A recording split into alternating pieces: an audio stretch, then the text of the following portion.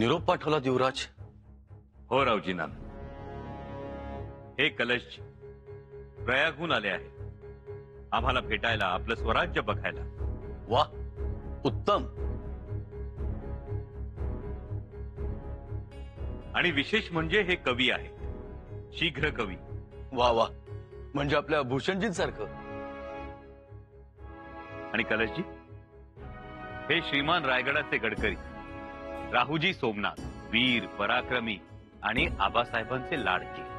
रावजी नाना यांची गडावर राहण्याची व्यवस्था करावी. भूषणजी जिथे राहत होते तिथेच व्यवस्था करतो यांची. साधारण किती दिवस मुक्काम आहे आपला? म्हणजे कितने दिन ठहरोगे आप? जी, युवराज के दर्शन हो गए, हमें सब कुछ मिल गया. अब महाराज के दर्शन करके हम निकल जाएंगे. एक हफ्ता भर धरून चालतो? हाँ, ज्यादा से ज्यादा एक सप्ताह. कलशजी, आपण आराम करावा. फिरस्तावर झालात की आम्ही स्वतः महाराजांची आपली भेट करून देऊ. हम बहुत भाग्यशाली है, आपके दर्शन हुए, महाराज के दर्शन करके हम चले जाएंगे. आई,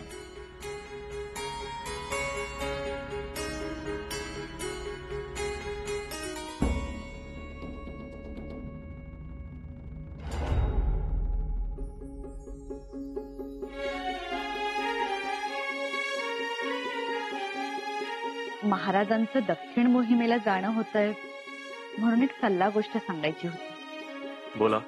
दक्षिण मोहिमेला आपण भागानगराहून जाताय असं समजलं. जमलंच तर शैल पर्वतावर जावं, दर्शनाचा मोठा लाभ होईल. ठीक, ही गोष्ट आम्ही जरूर लक्षात ठेवू.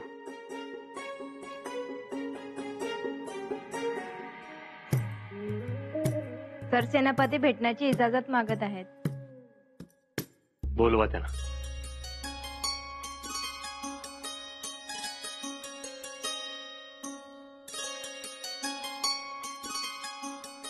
मुजरा महाराज, मुजरा राणी सरकार.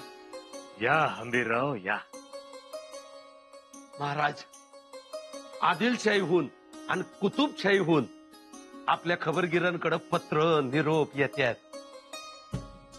शाबास हंबीरराव. आता कावेरी आणि तुंगभद्रा यामधील जेवढे म्हणून प्रदेश असतील त्यातील प्रत्येक ठाण्याची माहिती मिळवा. जी महाराज. शेरखानाचं एक कडवं आव्हान आहे आपणासमोर, आणि दुसरं म्हणजे त्यो बहादूर खान.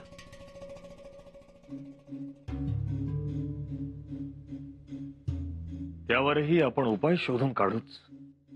हंबीरराव, त्याचबरोबर आमचे बंधू व्यंकोजी राजे यांचाही जरा कानोसा घ्या. त्यांची इत्तमभूत माहिती आपल्याला मिळायला हवी. महाराज, त्यांच्यावरती रघुनाथ पंत लक्ष ठेवून आहेत, ते आम्हासने माहिती पुरवतात. छान. बर, आपल्या खाशांना निरोप पाठवा, आम्हाला मसलत घ्यायची. काही महत्वाची बाब आहे का? होय राणीसाहेब, दक्षिण मोहिमेच्या नेतृत्वाची धुरा कोणी व्हायची याबद्दल मसलत करायची आहे. अहो, तुमच्या बिगर कोण सांभाळणार आहे यो फौजेचा सगळा कारभार? ते गोडदळ पायदळ ते ठरवू, पण या मोहिमेत आम्ही फक्त पालखीत बसणार, दुरून नजर ठेवणार बास. परंतु महाराज, मोहीम आपल्या मनातली, तिला यश मिळेल ते आपल्याच नेतृत्वाखाली. राणीसाहेब, आता नवीन माणसं तयार व्हायला पाहिजे. महाराज, माफी असावी, पर माणसं काय 5ला 50 मिळतील हो. पण तुमची सर येणार आहे का कुणाला? आमचा निर्णय पक्का झालाय, खांदे पालट होणारच. परंतु महाराज, या मोहिमेची जबाबदारी आपण कोणाच्या खांद्यावर देणार आहात? ते मसलतीतच ठरेल. पण राणीसाहेब, आमची नेहमीच ही धारणा आहे, आपल्या बरोबरचा प्रत्येक माणूस उंच झाला पाहिजे. तो जर उंच झाला नाही तर आपण खुजे झालोच समजा. म्हणून खांदे पालट. काय पंत, कसली आकडेमोड चालली आहे? याद्यांची फेर तपासणी करतोय पंत. अहो, एकदा का फौजा निघाल्या की त्या धुराळ्यात ही कामं तशीच राहून जातात.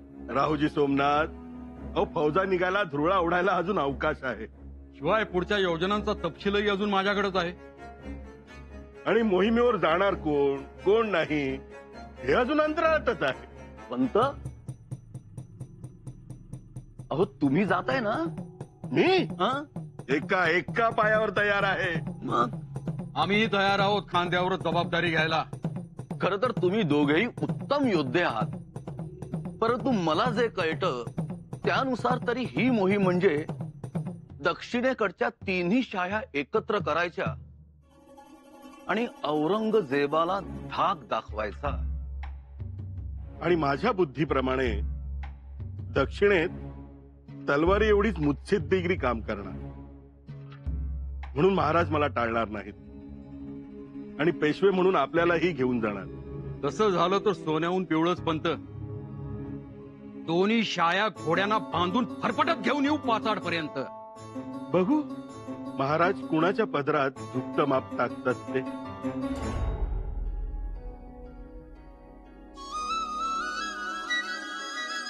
यशश्री आपल्या मांडीवर बसली असली तरी सुद्धा तिला उठवणारे अनेक लोक असतात.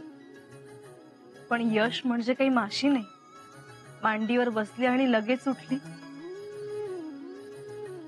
येसू म्हणजे तुम्हाला असं वाटतं की आम्हाला वाटतं दक्षिण मोहिमेचं नेतृत्व तुम्हालाही मिळू शकतं.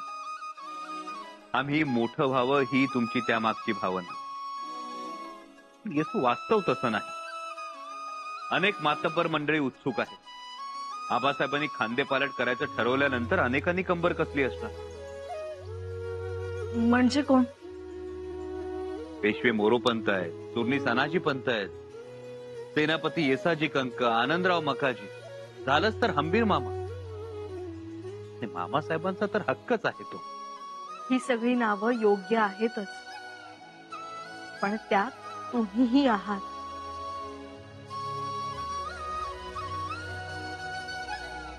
तुम्हाला वाटत असलं तरी कठीण आहेत. गुणवत्ता असेल तरच आबासाहेब संधी देतील. याचा अर्थ अजिंक्य ताऱ्यावरची मसलत विसरलात तुम्ही. आबासाहेब काय म्हणाले होते? मोहिमेची तयारी करा. तुम्ही आघाडीवर आणि आम्ही पालखीत बसणार म्हणाले होते ना? म्हणाले होते, पण तेव्हा युवराजनी हे राजकारण आहे आणि राजकारण आकाशातल्या ढगांसारखं असतं. जसा वारा वाहील तसा ढगांचा आकार बदलतो. दिसताना दिसतो ससा, पण थोड्याच वेळात तिथंच मांजर दिसू लागतो. वाटताना वाटतो देव, पण काही क्षणात त्याच ठिकाणी अकराळ विक्राळ राक्षस दिसायला लागतो ना. म्हणूनच राजकारणात पूर्वीचा शब्द धरून ठेवण्यात मतलब नसतो. पण तरीही आम्हाला वाटत की तसंही आमच्या मनात नेतृत्व नाहीच. आणि संधी आली तर तिचं सोनं करण्याची हिंमत आहेच की. मग झालं तर येसू आमची खूप साधी सोपी इच्छा आहे. आम्ही तलवार चालवावी आणि आबासाहेबांनी ती बघावी.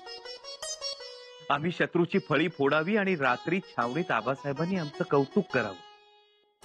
युवराज, येसू युवराज या शब्दापेक्षा आबासाहेबांचा मावळा हा शब्द जास्त मंतरलेला. हा मावळा आमची नजरबंदी करतो, म्हणून मावळा बनून राहण्यात आम्हाला धन्यता वाटते. हारजीत, नेतृत्व, श्रेय या सगळ्या गोष्टी या मावळेपणासमोर फार खुच्या. मावळा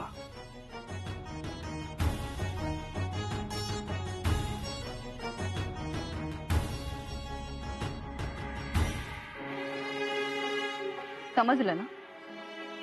महाराजांनी मोहिमेतून अर्ध अंग काढून घेतले नाही हो. खांदे पालट करायचं म्हणताय. आता याचा अर्थ तुम्हीच सांगा. आम्ही काय म्हणतो?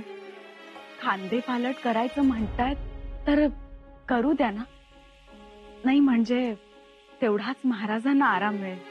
त्यांची दगदग कमी होईल. परंतु मग मोहिमेचं नेतृत्व जाणार कोणाकडे? दादासाहेबांकडे.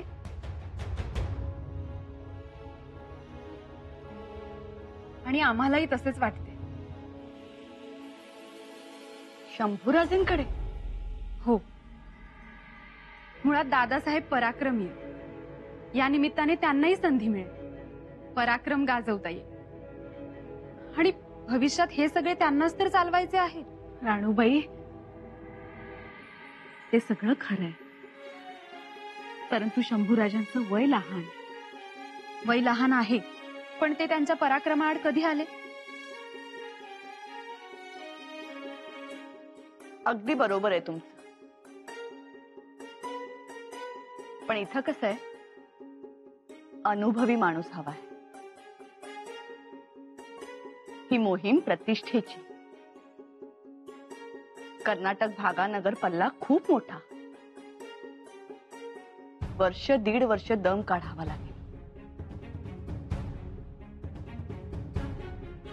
मातोश्री, आपण शब्द टाकला आबासाहेबांकडे तर आपल्या शूर पुत्रासाठी एवढं करा.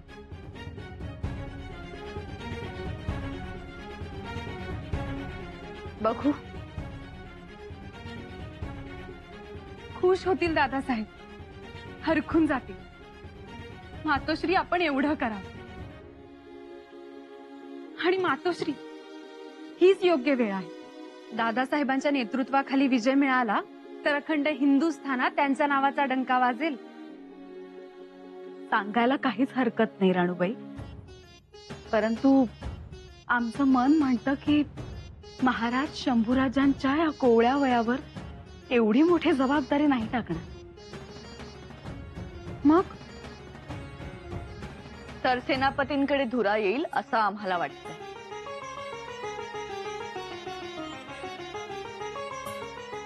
म्हणजे आमचे मामासाहेब? जी. दुसरं म्हणजे ते एवढे मातब्बर सरदार. शंभूराजेंच्या नेतृत्वाखाली काम करायला ते कितपत तयार होतील? राणूबाई, अशा अनेक गोष्टी असतात. नात्यातील भावभावनांवर रणांगण पणाला लावता येत नाही.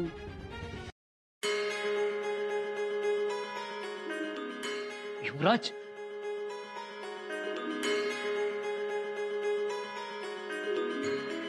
बैठिए ना. कैसे हैं रायगढ़ भाया?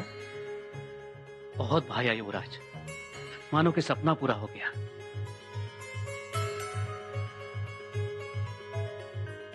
कलजी, आपल्या खाण्यापिण्याच्या सवयी वेगळ्या असतील. आपली काही पसंदीदा चीज हवी असेल तर जरूर सांगावं. ना मुझे वस्त्र की चिंता है न खाने की.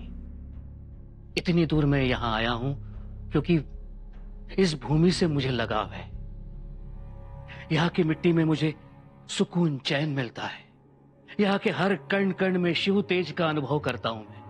आज सुबह मैंने आऊ साहब के समाधि पर माथा टेका तो वात्सल्य का दामन मुझ पर लहराया.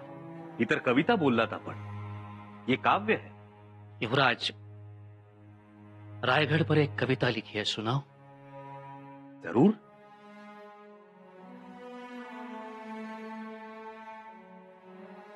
लहराया भगवा सुखों का दाता, जिसकी छाया में बलिदानों की गाथा.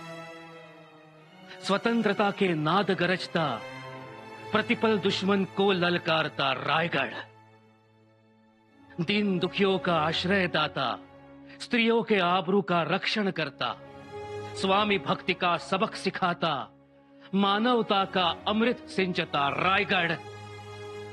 कोई कोट किला नहीं, नहीं मिट्टी का ढेर, अचल खड़ा शक्तिदाता, शिव शक का निर्माण करता, हर हिंदू का भाग्य विधाता रायगढ़. कोटि कोटि नमन, कोटि कोटि जन्म न्योछावर, क्योंकि ये है मेरा रायगढ़, मेरा रायगढ़.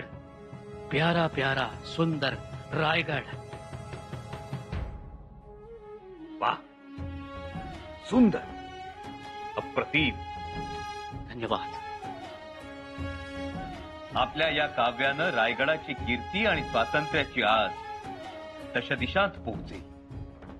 दक्षिण मोहिमेत समस्त दक्षिणवासियांना आम्ही आपलं हे काव्य ऐकू. धन्यवाद. और एक बात, जी युवराज. आज से हम आपको कविराज कहकर पुकारेंगे.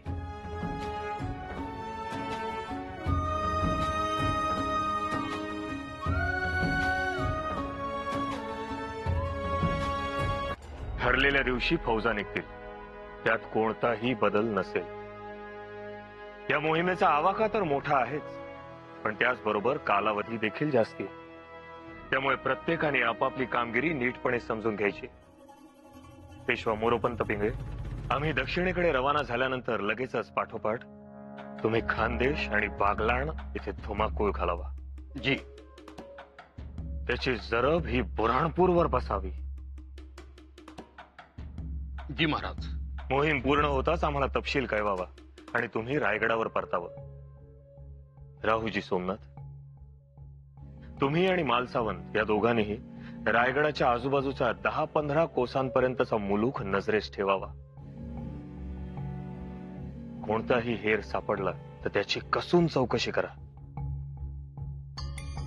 आणि त्याला वासोट्याच्या काळकोठडीत डांबून ठेवा.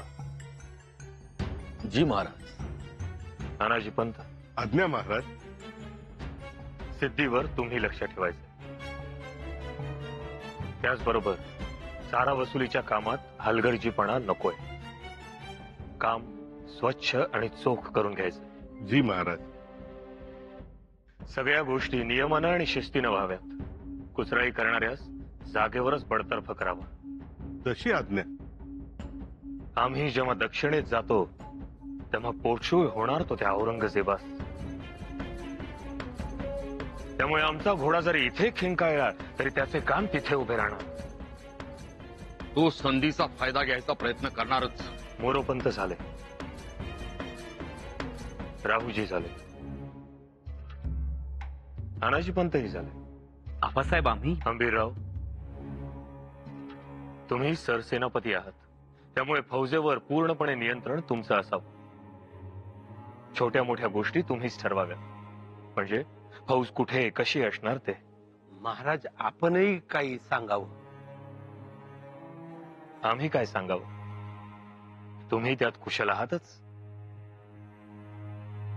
तसं नाही, तुमच्या सांगण्यात आणि आमच्या करण्यात फरक.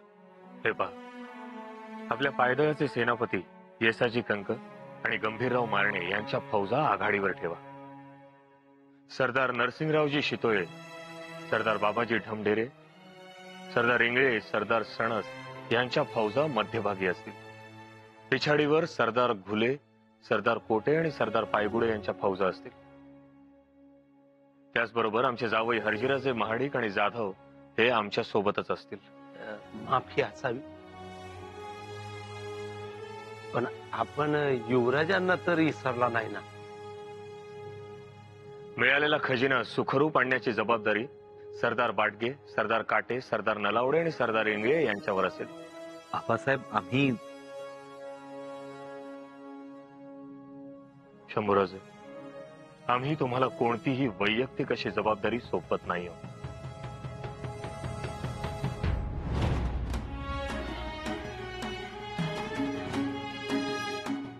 तुमच्यावर जबाबदारी एकच, दक्षिण दिग्विजयाचं नेतृत्व.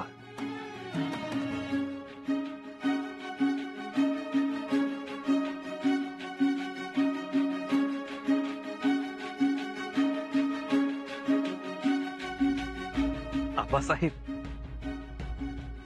होय शंभूराजे.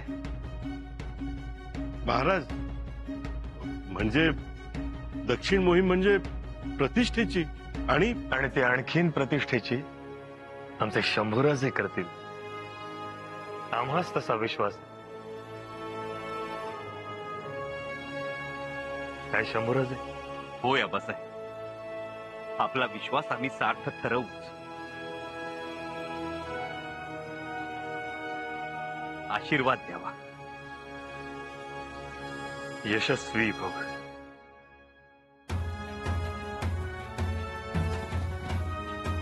अहो आहे म्हणजे काय आहेत. आता बघा बाद जरानू, या महाराजांचा छावा दक्षिणेतल्या गजराजाचं गंडस्थळ कसं फोडतोय.